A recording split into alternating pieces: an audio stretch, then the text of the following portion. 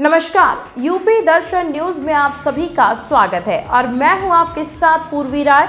आइए नजर डालते हैं आज की तमाम छोटी और बड़ी खबरों पर। तो खबर आजमगढ़ से, जहां जिले में मदरसा पोर्टल ऑनलाइन फीडिंग में 313 मदरसे मानक के विपरीत पाए गए। एसआईटी की जांच में 219 मदरसे मानक के विपरीत मिले हैं। इसके अलावा कई बड़ी गड़बड़ियां सामने आई थी, जिसकी जांच शुरू हो गई। इस मामले में एसआईटी द्वारा मुकदमे दर्ज करने का निर्देश दिया गया है।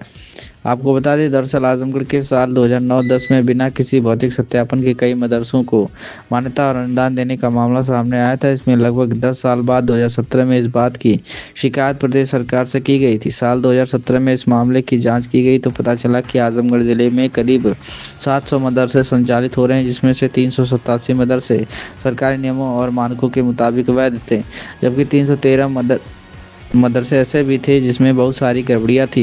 पूरे मामले की जांच सरकार ने एसआईटी को सौंप दी थी। मौके पर इनका कोई अस्तित्व नहीं है। इनमें से 39 मदरसा संचालक तत्कालीन अधिकारियों कर्मचारियों से मिली भगत कर आधुनिकीकरण योजना का भी लाभ ले चुके हैं। एसआईटी ने अपनी जांच पूरी की और इसकी रिपोर्ट 2022 में सरकार को सौंप दी थी। एसआईटी की जांच में सामने आया कि 2019 मदरसे मानक के खिलाफ हैं। 219 मदरसे मानक के खिलाफ हैं। कुछ ऐसे मदरसे भी हैं जो सिर्फ कागजों पर ही थे। एसआईटी की रिपोर्ट के बाद ऐसे मदरसा संचालकों के खिलाफ सरकार ने मुकदमा दर्ज करने का निर्देश दिया है। इस मामले में जिले की अल्पसंख्यक अधिकारी वर्षा अग्रवाल ने बताया कि मदरसों की जांच कराई गई थी, जिसमें मानक के अनुरूप नहीं पाए जाने पर एसआईटी द्वारा पत्र भेजा गया है। अवैध मदरसा संचालकों के खिलाफ थाने स्तर पर तहरीर देकर मुकदमा दर्ज कराया जाएगा। क्या कहा है वर्षा अग्रवाल, जिला अल्पसंख्यक कल्याण अधिकारी ने? आप सुनिए। मदरसों को लेकर लगातार कार्रवाई की जा रही है। एसआईटी काफी लंबे से क्या है पूरा मामला और क्या अपडेट है?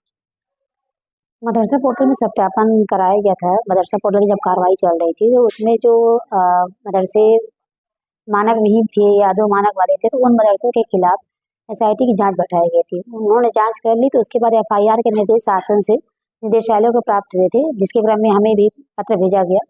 तो उसमें हस्ताक्षरित तहरीर एसआईटी द्वारा उपलब्ध करा दी गई है। उसके क्रम में थानों में क्लबिंग करके हम लोग थानों में रिपोर्ट उनकी जो तहरीर दे रहे हैं, तो वो मुकदमा वहाँ दर्ज कराया जाएगा। तो क्या आदेश काफी लंबा समय 2022 का आदेश? जी जी,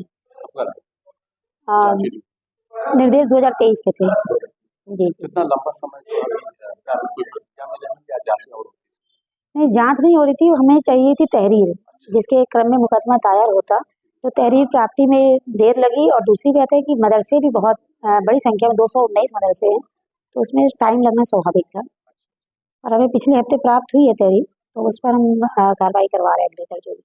अच्छा, इसमें कितने मदरसे पाए गए और कितने जो है क्या अस्तित्वहीन थे या क्या था? ये मानक कम थे, अधो मानक में थे। जो 219 है वो अस्तित्व में थे या मानक में?